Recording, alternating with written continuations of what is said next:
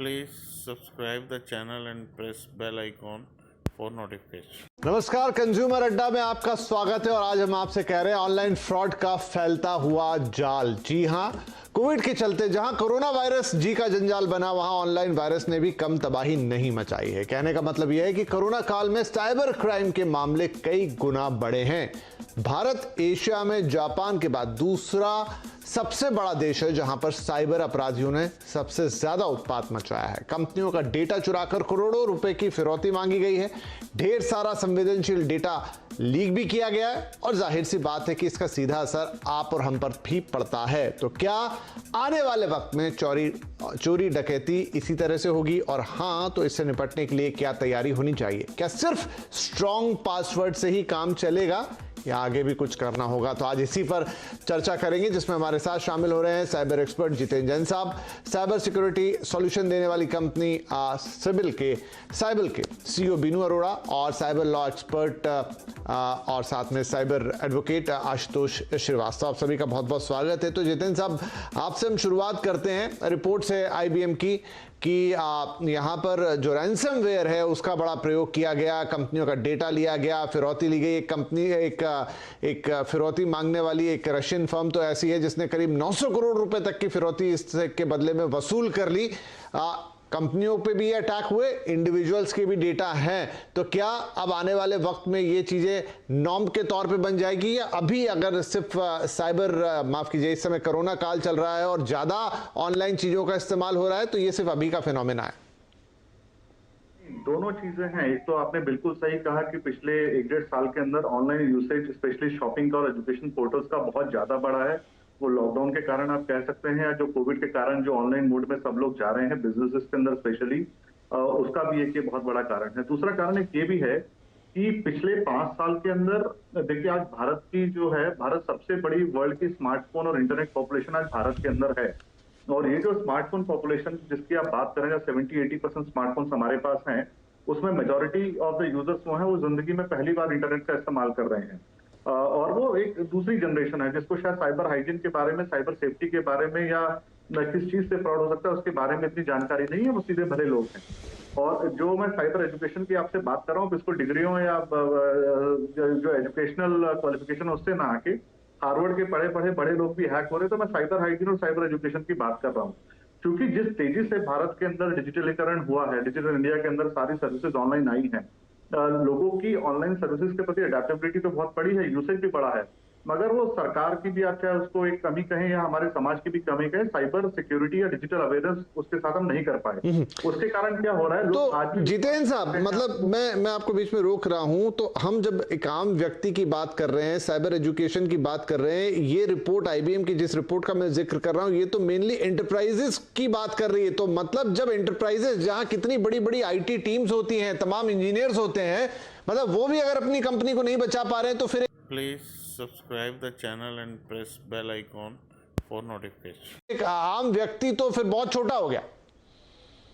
देखिए, वो एंटरप्राइज के अंदर सारे लोग तो टेक्निकल नहीं है ना, उसमें बड़े बड़े लोग, 60 लोग के लोग भी उसको बड़ी कंपनियों को चला रहे हैं। तो और नॉन टेक्निकल पॉपुलेशन भी है, HR भी है, मार्केटिंग वाले भी हैं, जिनका शायद टेक्नोलॉजी से इतना संबंध नहीं है, वो लोग ज्यादा वनरेबल होते हैं। और होता क्या, आज भी देखिए, अब पढ़े लिखे साइबर की नॉलेज जिनको है वो लोग भी आज विश्वास कर देते हैं, मेरी 5 करोड़ की लॉटरी लग गई, या साउथ अफ्रीका से मेरी लॉटरी लगी है, या 10 रुपए के अंदर आपको सैनिटाइजर मिल जाएगा, या आपको जो है 10,000 रुपए में टीवी मिल रहा है नया 52 इंच का, और वो शॉपिंग करने में लग जाते हैं। तो ये जो ह्यूमन ग्रीड है ना, anything which is available free और थ्रो अवे प्राइसेस, लोग विश्वास कर लेते हैं, जिसके कारण या तो वो रैंसमवेयर का शिकार होते हैं, या फिशिंग फ्रॉड का शिकार होते हैं, या फिर बहुत बार लोग अपने आप को समझते हैं कि हर काम के लिए हमें एक सहायक चाहिए, या कोई हमारे लिए हमें छोटे मोटे काम ना कराए। आपको फोन आता है कि सर वो आपका एक कोरियर डिलीवर करना है, या आपका बैंकिंग का कुछ इशू है, आप अपने असिस्टेंट को पकड़ाते हैं, बोलते हैं इनको सारी की सारी डिटेल्स दे दीजिए, आप OTP देते हैं बिना जाने समझे। तो कहीं ना कहीं जो एक हमारे यहाँ पे लैक ऑफ अवेयरनेस, और दूसरा हमारी जो ग्रीड है कि समाज में, और ये सबके कारण है कि सस्ती और फ्री की चीजों को देखकर हम विश्वास कर लेते हैं, धोखा खा जाते हैं, ये एक सबसे बड़ी समस्या है रैंसमवेयर और फिशिंग का शिकार होने की। राइट। तो बीरू साहब, जो रिपोर्ट ये बताती है कि 60% से ज्यादा जो फाइनेंस से रिलेटेड फर्म्स हैं उन पर ये अटैक हुए, तो जब ये अटैक होते हैं, मैं फर्म्स की बात कर रहा हूं और उसी से फिर हम आम व्यक्ति को भी जोड़ेंगे जैसा एक्सप्लेन किया जितेंद्र साहब ने, तो क्या वहां पर भी उनका जरिया यही होता है कि किसी मेल के जरिए, किसी इस तरह की चीज के जरिए वो एंट्री लेते हैं, या फिर डायरेक्ट जाके कोई डेटा सर्वर होता है वो हैक कर लिया जाता है? कैसे अपराधी इस चीज को अंजाम देते हैं? देखिए, ज्यादातर 3 तरह के हम लोगों ने तरीके नोटिस करे हैं साइबर में। सबसे पहला तरीका जो है कि कई सारी जो कंपनीज होती हैं वो अपने सिस्टम्स को, सर्वर्स को इंटरनेट पे एक्सपोज कर देती हैं किसी कारणवश, और जो साइबर क्रिमिनल्स उस पे लगातार कोशिश करते रहते हैं उनके सिस्टम्स को पेनिट्रेट करने के लिए या उनको हैक करने के लिए। सो पहला तरीका हमने ये देखा है। सेकेंड चीज जो हम लोग बहुत कॉमन देखते हैं वो है फिशिंग अटैक्स। हालांकि फिशिंग अटैक्स 20 साल से ज्यादा पॉपुलर रहे हैं और आज भी 80% से ज्यादा अटैक्स जो होते हैं वो फिशिंग अटैक्स ही हो रहे हैं। और साइबर क्रिमिनल्स फिशिंग अटैक्स का अलग अलग तरीके से यूज करते हैं, जैसे स्पीयर फिशिंग अटैक्स, बहुत सारे अलग तरीके के फिशिंग अटैक्स होते हैं जिसके थ्रू वो कंपनीज को हैक कर पाते हैं।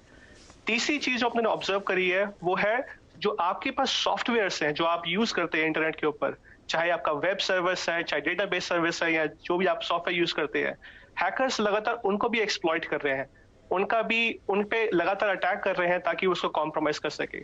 मैं एक बात जरूर बताना चाहूंगा कि पिछले 1 साल में हम लोगों की रिसर्च ये बताती है कि करीबन 1500 कंपनीज हैक हुई हैं रैंसमवेयर अटैक्स की वजह से। मगर एक चीज जो बहुत इंपॉर्टेंट है हाईलाइट करने की, कि इंडिया पहली बार उन टॉप 10 कंट्रीज के अंदर एंटर हुआ है, उस लिस्ट के अंदर एंटर हुआ है जो लगातार रैंसमवेयर अटैक्स फेस कर रहे हैं। अगर हम देखें वेस्टर्न कंट्रीज के अंदर, तो वहां पे जो रैंसमवेयर पेमेंट्स का जो एक पैटर्न देखा गया है वो पिछले 2 क्वार्टर्स में लगातार गिरावट देख रहे हैं हम लोग, जबकि एशिया के अंदर हम उसमें बढ़ोतरी देख रहे हैं कि लोग रैंसम पे कर रहे हैं। और ये पैटर्न एग्जैक्टली पहले वेस्टर्न कंट्रीज ही हम लोगों ने ऑब्जर्व किया था। होता यह है कि जब ओवर टाइम लोगों में एक अवेयरनेस आ जाती है कि ये रैंसमवेयर अटैक्स या ये साइबर अटैक्स कम नहीं होने वाले, तो वो अपनी साइबर हाइजीन या अपनी पॉलिसीज को और इंप्रूव करना शुरू कर देते हैं। जी, तो मतलब कंपनी हो या इंडिविजुअल हो, आपको अपने साइबर हाइजीन और पॉलिसीज को जिस भी लेवल पे आप इंप्रूव करना होगा। आशुतोष जी, जैसा बता रहे बीनू साहब भी कि हमारे यहाँ अटैक बढ़े हैं, रिपोर्ट भी कहती है कि जापान के बाद हम नंबर 2 हैं। इंडिया से इतना रैंसम ले लिया गया, अलग अलग सेक्टर्स से ले लिया गया, लेकिन ये खबरें बाहर क्यों नहीं आती? क्या कंपनियां खुद छुपा जाती हैं? ये भी रीजन हो सकता है। देखिए, जो डेटा जो आईबीएम ने दिया है उसके हिसाब से तो पूरे वर्ल्ड का जो सबसे ज्यादा साइबर अटैक्स है अराउंड 7%, वो इंडिया में है। और इंडिया में देखेंगे तो जो 60% जो मामला है वो फाइनेंस से रिलेटेड है, इंश्योरेंस और बैंकिंग रिलेटेड है, और बाकी जो 40% है वो रैंसमवेयर है। तो रैंसमवेयर का मतलब है कि जो क्रिमिनल्स है, साइबर क्रिमिनल्स अगर उनको बोले, तो वो बहुत सारे डेटा जो है वो लेते हैं कंपनीज के, इंडिविजुअल्स के, और उस डेटा को वो बताते हुए कि हम इसको जो है पब्लिक डोमेन पे लेके जाएंगे, और इस तरह से वो जो है एक तरह से extortion. Please subscribe the channel and press bell icon for notification करते हैं। तो ये एक्सटॉर्शन बढ़ता जा रहा है। ऑब्वियसली ये ब्लैकमेल जैसा है, तो बहुत सारे जो लोग हैं जो इससे परेशान होंगे, हो सकता है वो सच्चाई सामने नहीं लाना चाहते होंगे कि कहीं उनके कुछ सर्टेन फैक्ट्स, प्राइवेसी या कुछ ऐसे इंफॉर्मेशन जो है पब्लिक डोमेन पे ना जाए, या ड्यूरिंग इन्वेस्टिगेशन जो है, देखिए हमें इन्वेस्टिगेशन जो होता है उसको भी काफी बेहतर और कॉन्फिडेंशियल बनाने की जरूरत है इसके अंदर। जैसे कल भी हमने देखा कि आईटी एक्ट में भी कुछ अमेंडमेंट जो हमने लाया है, जो आईटी एक्ट रूल्स बनाए गए हैं 2021 के, मुझे लगता है इससे भी काफी फर्क आएगा, क्योंकि जो हमारा पहले जो लॉ था वो 2000 का बना हुआ आईटी एक्ट है, जो काफी अब पुराना हो गया और काफी जो है एडवांसमेंट हो गया, टेक्नोलॉजी काफी आगे चली गई, और जो हमारे जो साइबर क्रिमिनल्स हैं उनका जो माइंडसेट है, जो हैकर्स हैं, उन्होंने जो है नई नई टेक्निक्स का इस्तेमाल करना शुरू कर दिया।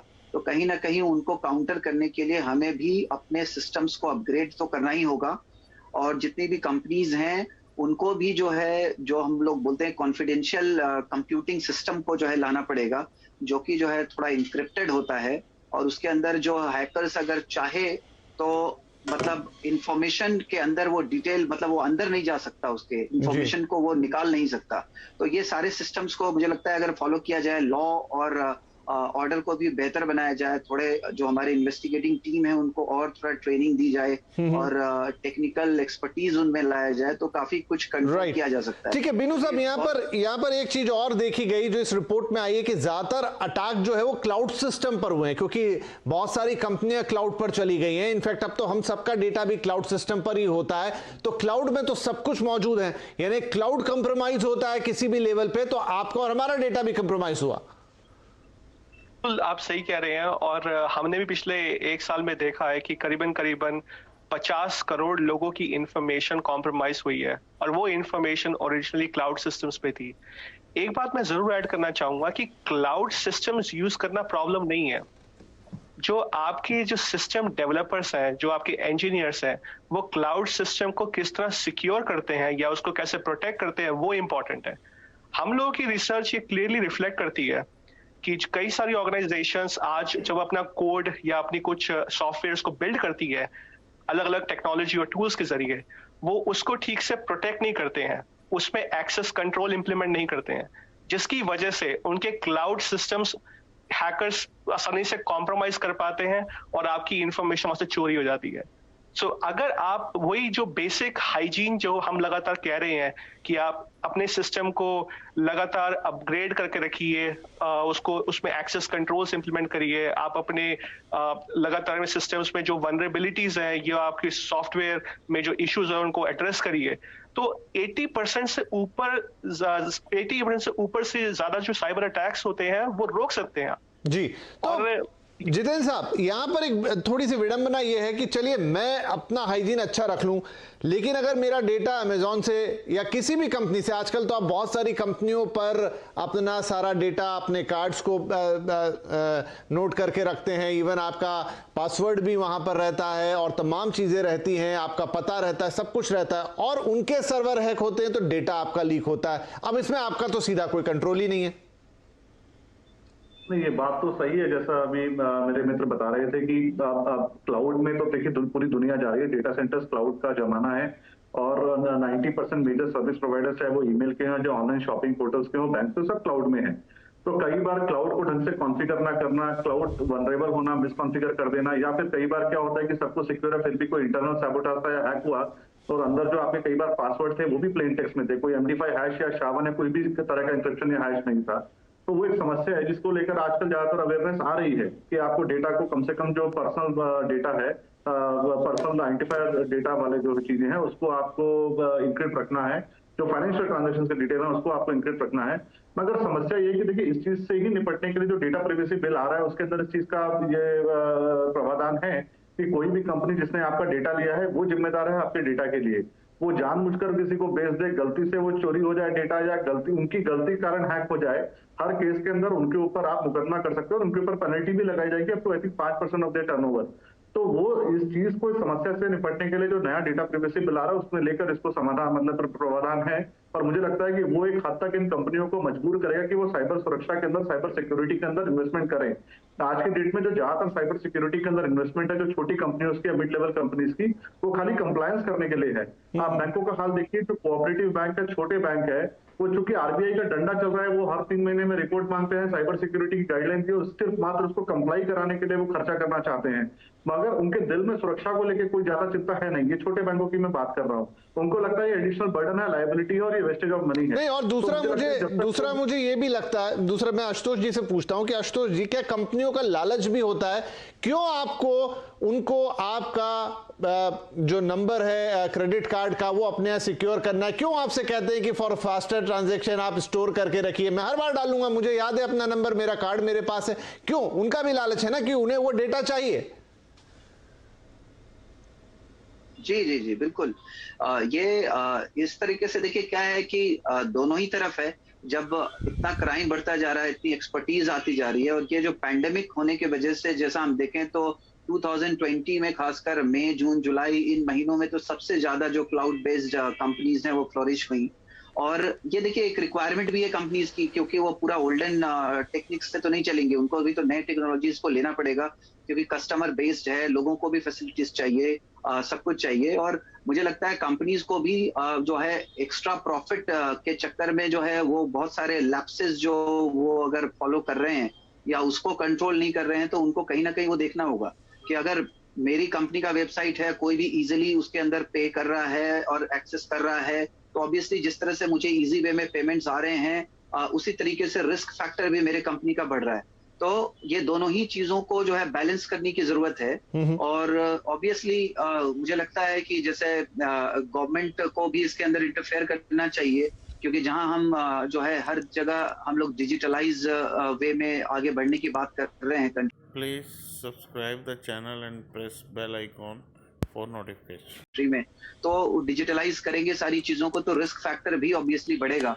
तो उस रिस्क फैक्टर को किस तरह से मिनिमाइज किया जा सकता है, क्या बेस्ट टेक्निक्स हम बाहर से भी ला सकते हैं, या हमारे अंदर हमारे देश में हम क्या डेवलप कर सकते हैं, तो हम किस तरह से लोगों को प्रोटेक्ट कर सकते हैं, उनके पैसों को, उनके प्राइवेसी को, उनके कॉन्फिडेंशियल इंफॉर्मेशन को, उस पे मुझे लगता है काफी काम करने की जरूरत है। राइट तो चलिए यहाँ एक छोटा सा ब्रेक लेते हैं। और ये तो हमने समझा कि कुछ आपके हाथ में और बहुत कुछ आपके हाथ में नहीं है, लेकिन जो आपके हाथ में है उसमें आप क्या कुछ कर सकते हैं, उसमें कैसे आप अपना बचाव कर सकते हैं, और आगे जिस तरह के कानून आ रहे हैं उनमें आपको कैसे बचाव मिलेगा, उस पर चर्चा जारी रहेगी इस छोटे से ब्रेक के बाद।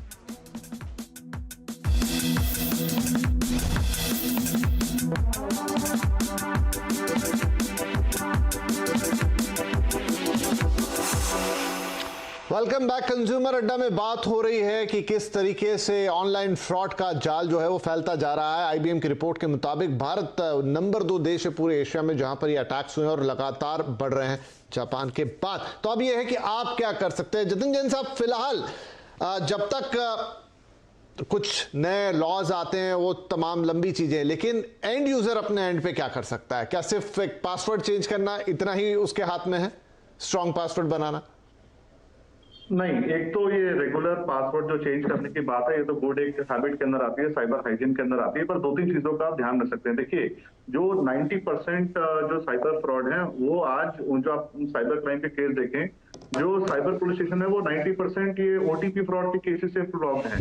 अगर आप मात्र इतना इंश्योर कर दें कि ये जो ओटीपीज हैं ये आप किसी को ना दे, किसी भी हाल के अंदर ना दे, तो 90% फाइनेंशियल फ्रॉड और मान लीजिए अकाउंट टेक ओवर की जो ये स्कीमें चल रही हैं, ये आप उनसे बच जाएंगे। दूसरा, आई थिंक बैंकों को भी सोचना चाहिए, और हर सुबह शाम हम लिखा भी हमने आरबीआई को, सुबह शाम आपको message Please subscribe the channel and press bell icon for notification. जाता है कि 5,000 rupees debited from your account, credited in your account. कहाँ किसी गांव दराज के अंदर किसी को भाषा समझ में आ रही है, आप साधारण मैसेज भेज दें कि 5,000 rupees have been added to your account और विल बी डिडक्टेड, तो सामने वाले को, बंदे को पता चलेगा कि वो पैसे दे रहा है कि ले रहा है। और देखिए, जो OLX के फ्रॉड हैं, जो शॉपिंग के फ्रॉड है, ज्यादातर जो लोग फोन करके बोलते हैं कि आपको 10,000 रुपए देने हैं, ओटीपी कंफर्म कीजिए, वो बेचारा आदमी सोचता है कि मैं पैसा मेरे पास आ रहा है, ओटीपी देता है और पैसा चले जाता है QR कोड स्कैन करके।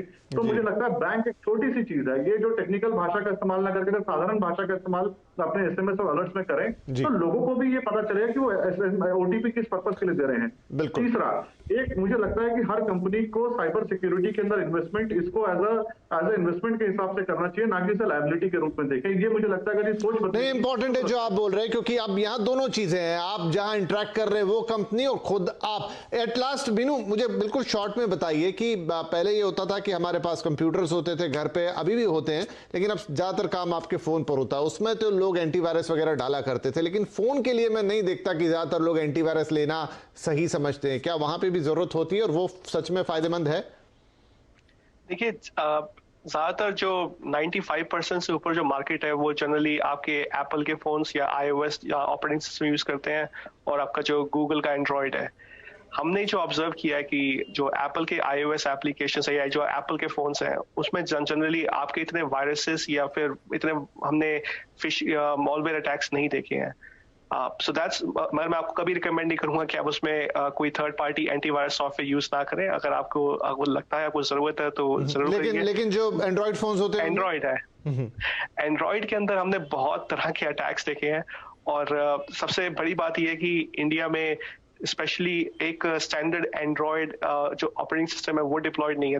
बहुत सारे OEMs इन्वॉल्व हैं, स्पेशली जो चाइना से आपके फोन आते हैं, उसमें एक अलग तरह का एंड्रॉइड इंस्टॉल होता है, और उन फोन के अंदर हम हमेशा रेकमेंड करते हैं कि आप उसमें एक एंटीवायरस जरूर इंस्टॉल करिए, और कोशिश करिए कि आप कोई थर्ड पार्टी ऐप स्टोर से कोई ऐप इंस्टॉल ना करें। जब भी जाइए आप गूगल के प्ले स्टोर पे जाइए, वहां से डाउनलोड करिए, वही आपके लिए सबसे तो ये कुछ छोटी छोटी, क्योंकि मेरा समय समाप्त हो रहा है इसलिए मुझे आपको रोकना होगा, ये छोटी छोटी बातें हैं, इनका आप अगर ध्यान रखते हैं तो एक हद तो आप अपने आप को बचा पाएंगे। हाँ, ये है कि आगे चलते हुए किस तरह के लॉस बनते हैं, कितनी सिक्योरिटी होती है, कंपनी जैसा जितिन जैन साहब कह रहे थे कि फॉर्मेलिटी के लिए ज्यादा करती है, अपने इकोसिस्टम को कितना मजबूत करती है, इस पर निर्भर करेगा कि आने वाले वक्त में हम कितने सिक्योर रहेंगे। लेकिन ये तो तय है कि इस तरह के साइबर हमले बढ़ेंगे। जागरूकता उसका सबसे बड़ा टूल है, वहां से तो कम शुरुआत कर दी जाए। आप तीनों का इस कार्यक्रम में शामिल होने के लिए बहुत शुक्रिया। नमस्कार। Please subscribe the channel and press bell icon for notification.